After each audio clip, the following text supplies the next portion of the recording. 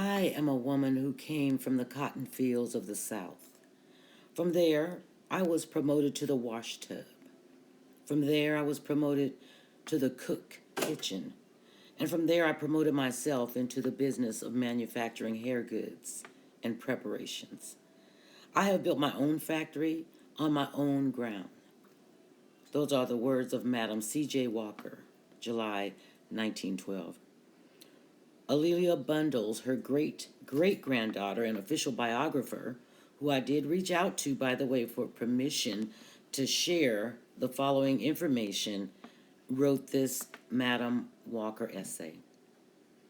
You can get this information from www.madamecjwalker.com. Sarah Breedlove, who later would come to be known as Madame C.J. Walker, was born on December 23, 1867, on the same Delta, Louisiana plantation where her parents, Owen and Minerva Anderson Breedlove, had been enslaved before the end of the Civil War.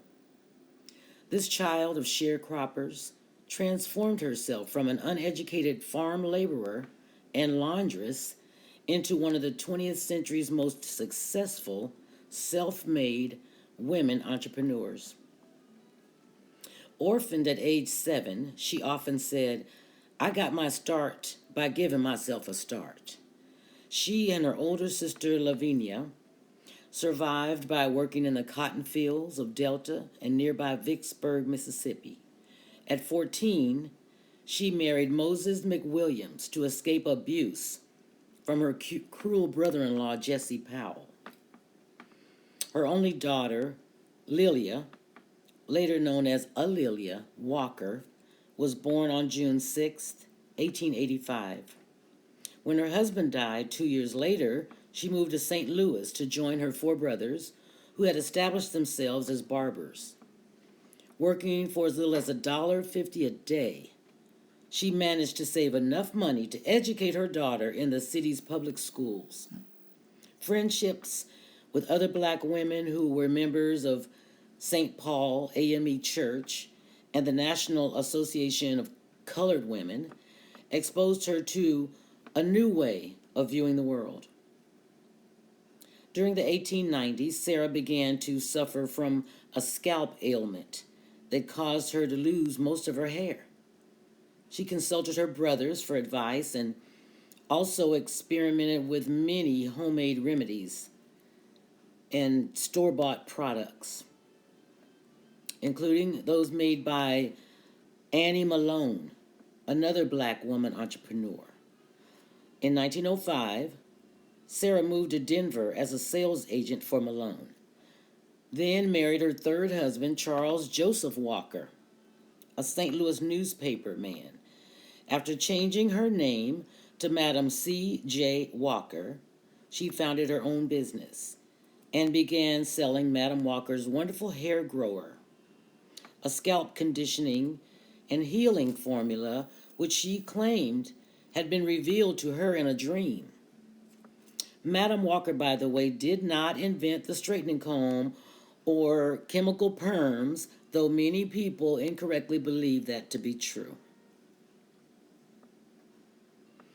Now, to promote her products, the new Madame C.J. Walker traveled for a year and a half on a dizzying crusade throughout the heavily black South and Southeast, selling her products door to door, demonstrating her scalp treatments in churches and lodges and devising sales and marketing strategies.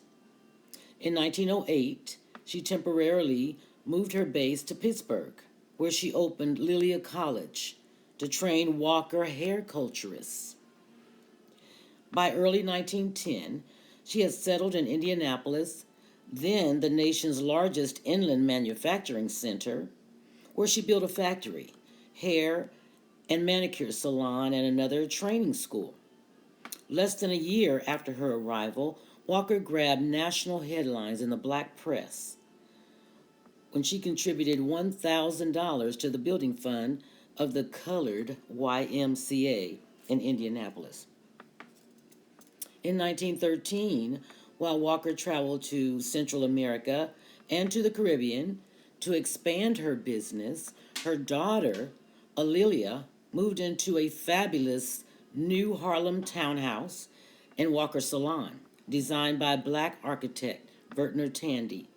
There's nothing to equal it, she wrote to her attorney, F.B. Ransom, not even on Fifth Avenue. Walker herself moved to New York in 1916, leaving the day-to-day operations of the Madame C.J. Walker Manufacturing Company in Indianapolis to Ransom and Alice Kelly, her factory forelady and a former school teacher. She continued to oversee the business and to work in the New York office. Now, once in Harlem, she quickly became involved in Harlem's social and political life, taking special interest in the NAACP's anti-lynching movement, to which she contributed $5,000. In July 1917, when a white mob murdered more than 36 blacks in East St. Louis, Illinois, Walker joined a group of Harlem leaders who visited the White House to present a petition advocating federal anti-lynching legislation. As her business continued to grow, Walker organized her agents into local and state clubs. Her Madame C.J. Walker Hair Culturists Union of America convention in Philadelphia in 1917 must have been one of the first national meetings of businesswomen in the country. Walker used the gathering not only to reward her agents for their business success, but to encourage their political activism as well.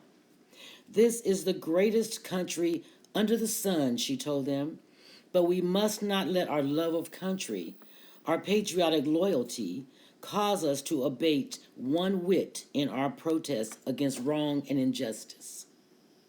We should protest until the American senses of justice is so aroused that such affairs as the East St. Louis riot be forever impossible. By the time she died at her estate Villa Lawaro in Irvington-on-Hudson, New York, she had helped create the role of the 20th century self-made American businesswoman, established herself as a pioneer of the modern black hair care and cosmetic industry, and set standards in the African American community for corporate and community giving.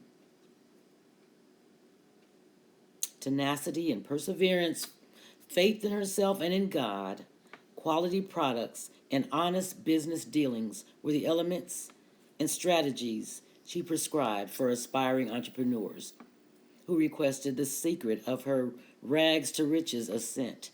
There is no royal flower-strewn path to success, she once commented, and if there is, I have not found it. For I have accomplished everything in life is because I've been willing to work hard. And as I stated, this Madam Walker essay was written by her great-great-granddaughter, Alelia Bundles. And you can go to www.madamecjwalker.com to see some more of Alelia's work. She's the author of On Her Own Ground, The Life and Times of Madame C.J. Walker, which is the non-fiction biography that was the inspiration for the fictional Netflix series many of you may remember, called Self-Made. It's a great deal of misinformation about Madame C.J. Walker, but was very entertaining to watch. So, again, www.aleabundles.com, www.madamecjwalker.com. Thank you.